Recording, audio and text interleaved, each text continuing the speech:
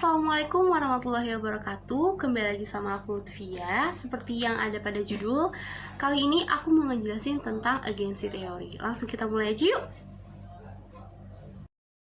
Nah, dalam teori ini menjelaskan tentang dua pelaku ekonomi yang saling bertentangan, yaitu prinsipal dan agen.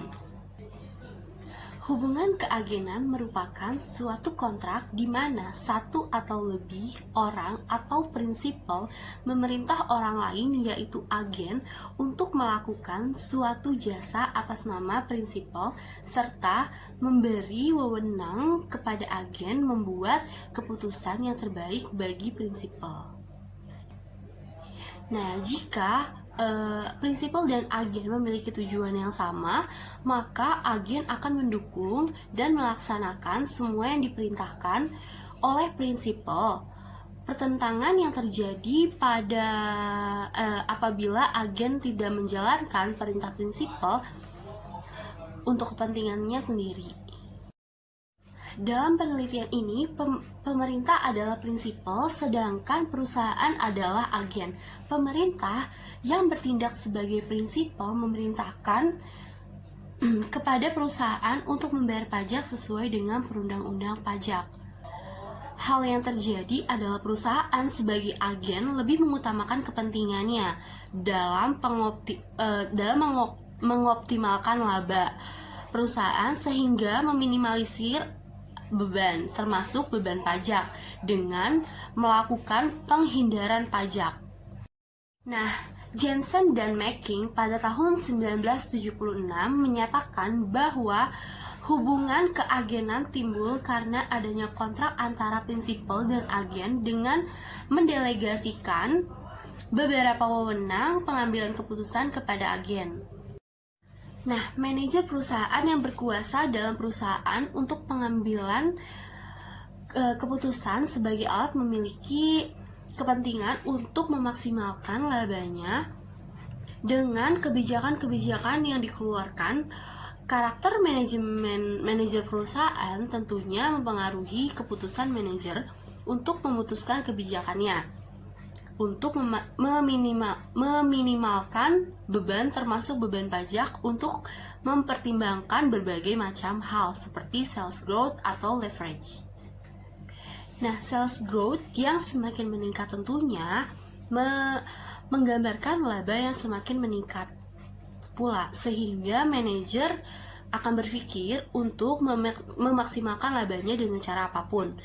Begitu juga dengan leverage.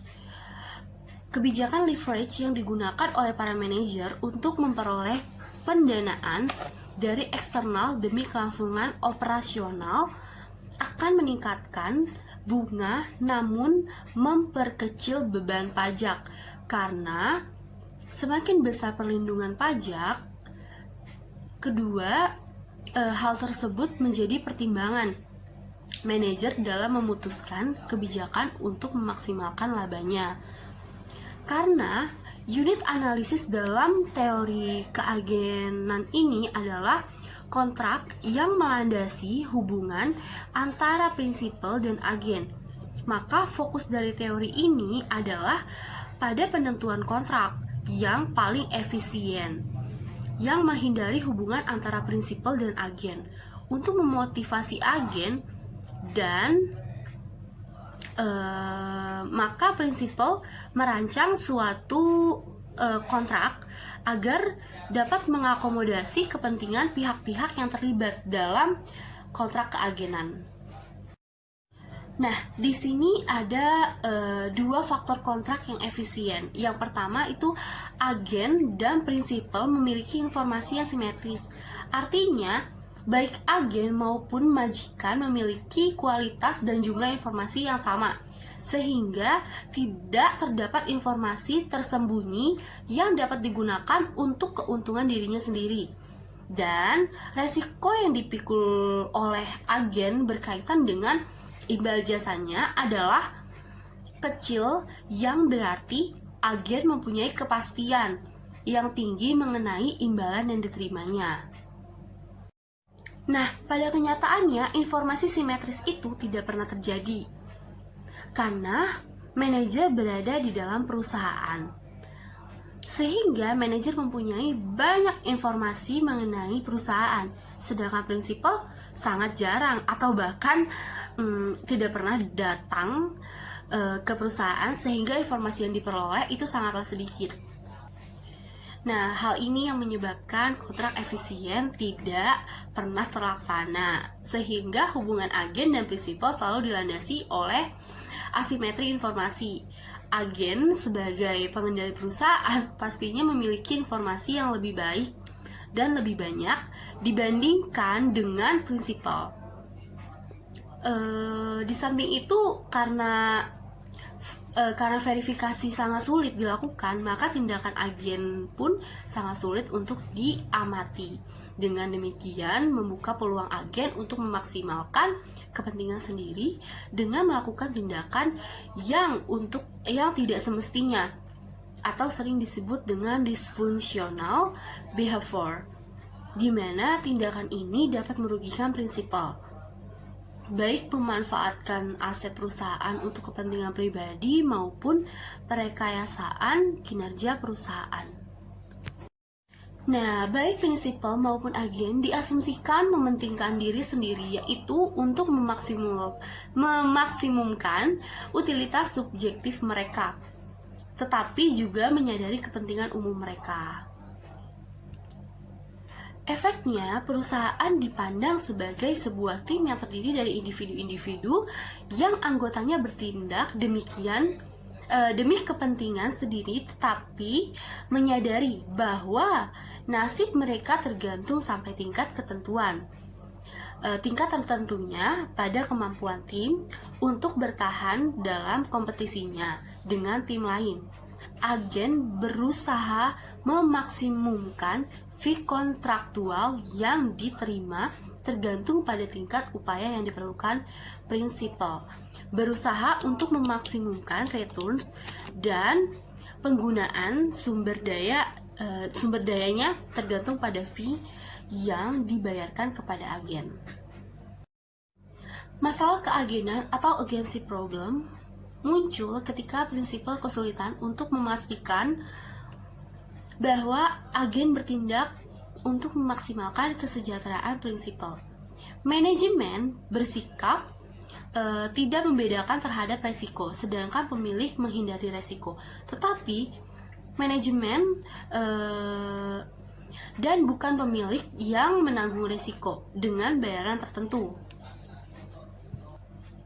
Konflik kepentingan semakin meningkat, terutama karena prinsipal tidak dapat memonitor aktivitas manajemen sehari-hari, sehari-hari secara terus-menerus, memastikan bahwa manajemen bertindak sesuai dengan keinginan prinsipal. Nah, konflik kepentingan antara pemilik dan agen terjadi karena kemungkinan agen tidak selalu berbuat sesuai dengan prinsipal, sehingga memicu biaya keagenan atau agency cost. Dan mendefinisikan agency cost as the sum of 1. The monitoring expenditures by the principal. 2. The bonding expenditures by the agent. 3. The residual loss.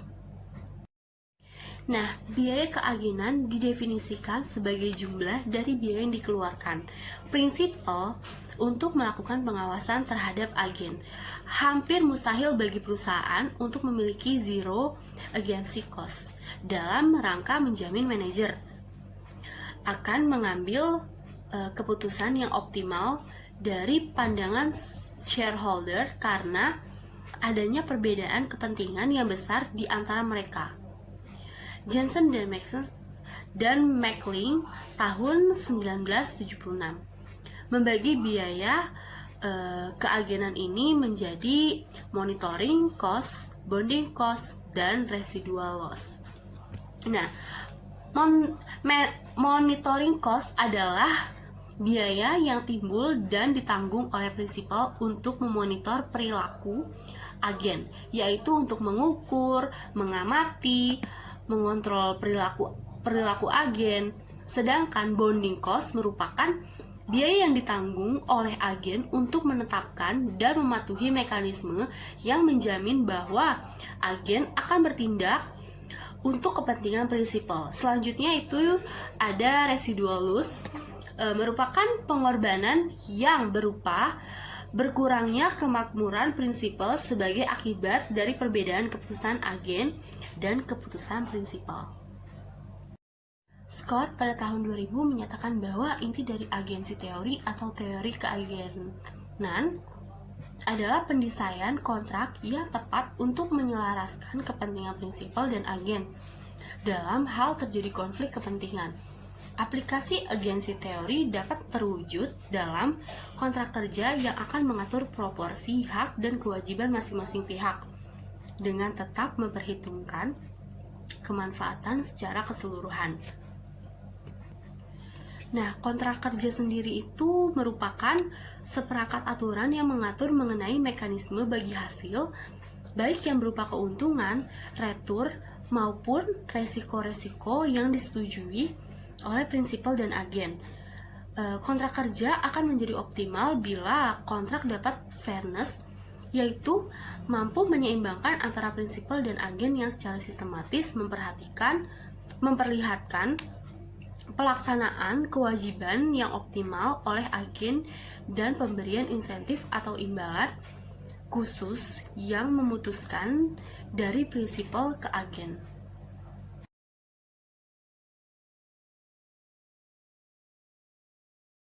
Nah, Eisenhardt pada tahun 1989 menyatakan bahwa teori keagenan menggunakan 3 asumsi sifat manusia, yaitu manusia yang umumnya mementingkan diri sendiri atau self-interest. Terus ada manusia memiliki daya pikir terbatas mengenai persepsi masa mendatang atau bounded rationality. Terus yang ketiga ada manusia yang selalu menghindari resiko, yaitu risk averse. Nah, agen mempunyai lebih banyak informasi mengenai kapasitas diri, lingkungan kerja, dan perusahaan secara keseluruhan. Sedangkan prinsipal tidak mempunyai informasi yang cukup tentang kinerja agen. Ketika tidak semua keadaan diketahui oleh semua pihak, dan sebagai akibatnya ketika konsekuensi-konsekuensi tertentu tidak dipertimbangkan oleh pihak-pihak tersebut, hal ini mengakibatkan adanya ketidakseimbangan informasi yang dimiliki oleh prinsipal dan agen. Ketidakseimbangan informasi ini disebut juga dengan mungkin segitu aja sedikit penjelasan tentang agensi teori. Kurang lebihnya mohon maaf. Wassalamualaikum warahmatullahi wabarakatuh.